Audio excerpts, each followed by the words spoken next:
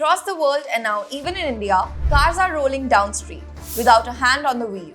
They see farther than our eyes, react faster than our reflexes, and navigate chaos with calm precision, not someday, not tomorrow, but today. And to think, the story began over half a century ago. In 1961, Stanford engineers built one of the first autonomous rovers. By the 1980s and 90s, universities and automakers were prototyping sensor-driven systems.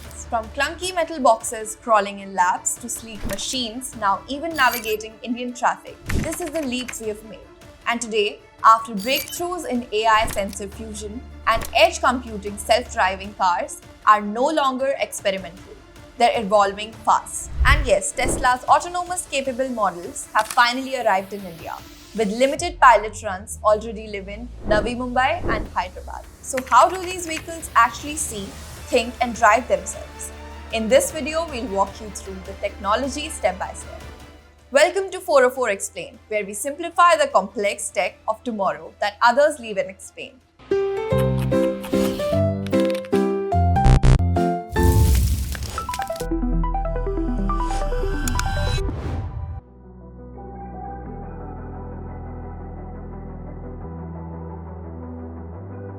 Here's the crazy part. A self-driving car processes nearly 1 GB of sensor data every second. That's like streaming 16 Netflix movies at once, just to figure out where to go. A self-driving car is a robot on wheels. Its intelligence begins with perception, understanding the world in real time. It uses cameras to spot lanes, signs, pedestrians and traffic lights. LiDAR to fire laser pulses and map the environment in 3D. LiDAR to detect distance and speed even in fog or rain. Ultrasonic sensors to assist with low-speed maneuvers like parking, backed by edge AI modules that process sensor data locally for instant reactions.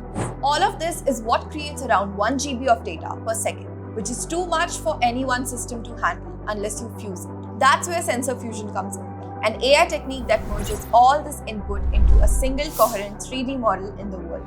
Next, the car must decide what to do. Should it hit the brake, swerve, wait? It runs predictions, simulates future outcomes, then executes its decision via drive-by-wire, where software controls the steering, throttle, and brakes electronically.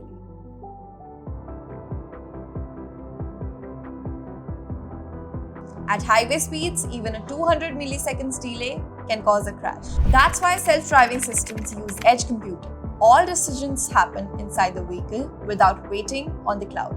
The AI brain is powered by custom chips like Tesla's FSD chip, NVIDIA's Drive Orin Mobileye IQ5. Chips like NVIDIA Drive Orin can perform up to 254 trillion operations per second, with decision latency under 10 milliseconds. The cloud still plays a role, updating maps, training AI, sending logs, but when a dog runs onto the road, the car reacts instantly right there.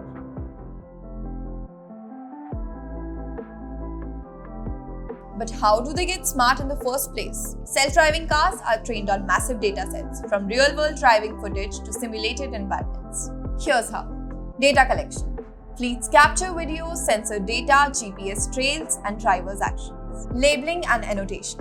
AI models learn to identify stop signs, cyclists, buses, construction zones, pixel by pixel. Supervised learning. Millions of human-labeled examples teach neural networks what's what. Simulation.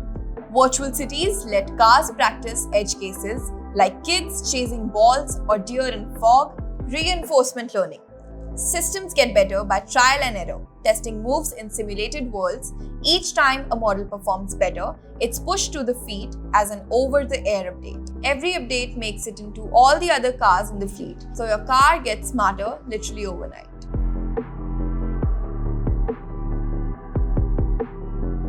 Let's understand everything we've just learned and the entire process through a walkthrough of a Tesla, shall we?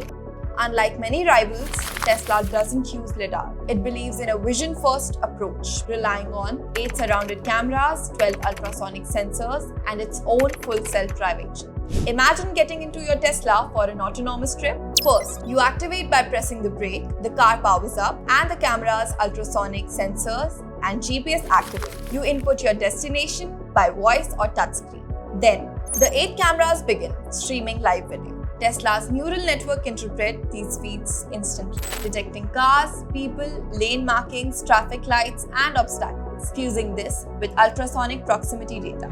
Once the car can see the world, next it evaluates scenarios, slowing down for a pedestrian about to cross, deciding when it's safe to change lanes, and adjusting speed for upcoming roadwork. Finally, you arrive. As you near the destination, ultrasonic sensors detect parking spots. The car may take over to park autonomously. Once parked, the system powers down, locking the car after you exit. How cool was that?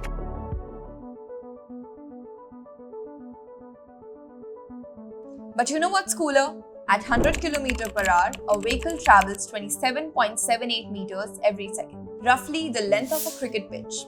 Now, to avoid a collision, the car must detect an obstacle, classify it, decide a course of action, trigger the brakes of a swerve, all before it's traveled a few meters.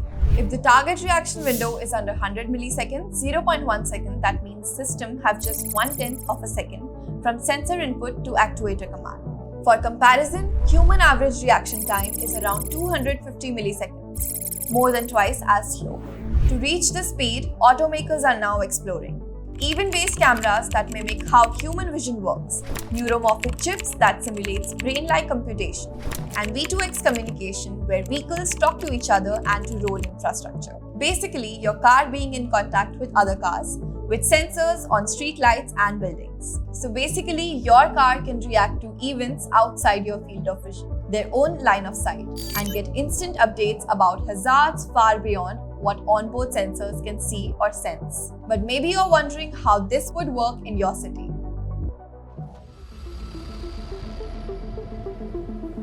You must have experienced Indian traffic, and you must have heard about hours of traffic jams in Bangalore, Gurugram, and Mumbai, and many other cities. Unpredictable road users, weak lane markings, high-density traffic, mixed road types, from highways to small gullies. With all these factors, what would full autonomy even look like on Indian streets? Autonomy in India might take a different form. Highway autopilot systems, lane keeping and adaptive cruise control purpose built for India's smoother expressways. Driver assistance in delivery fields. AI helping optimize routes and assist drivers in last-mile logistics without full autonomy. Crowdsourced HD mapping. Millions of vehicles continuously capturing and updating highly detailed maps of Indian roads in near real time. It won't be a big bang. It'll be gradual, zone-based, and deeply adapted to Indian conditions. The fear: if we delay adoption while others perfect it, our transport sector could miss a massive economic opportunity.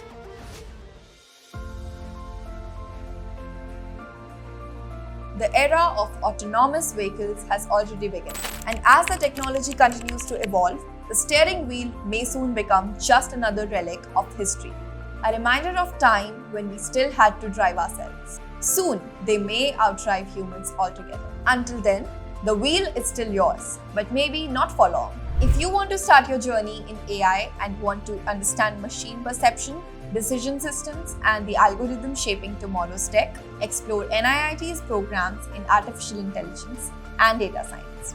Build the skills that opens door to industries from autonomous vehicles to healthcare and beyond. Link in description. And hey, if you found this video helpful, don't forget to like, share, and subscribe to NIIT for more episodes of 404 Explained, where we decode future tech in a way that just makes sense. And before you go, if you could give one feature to your dream self-driving car, what would it be?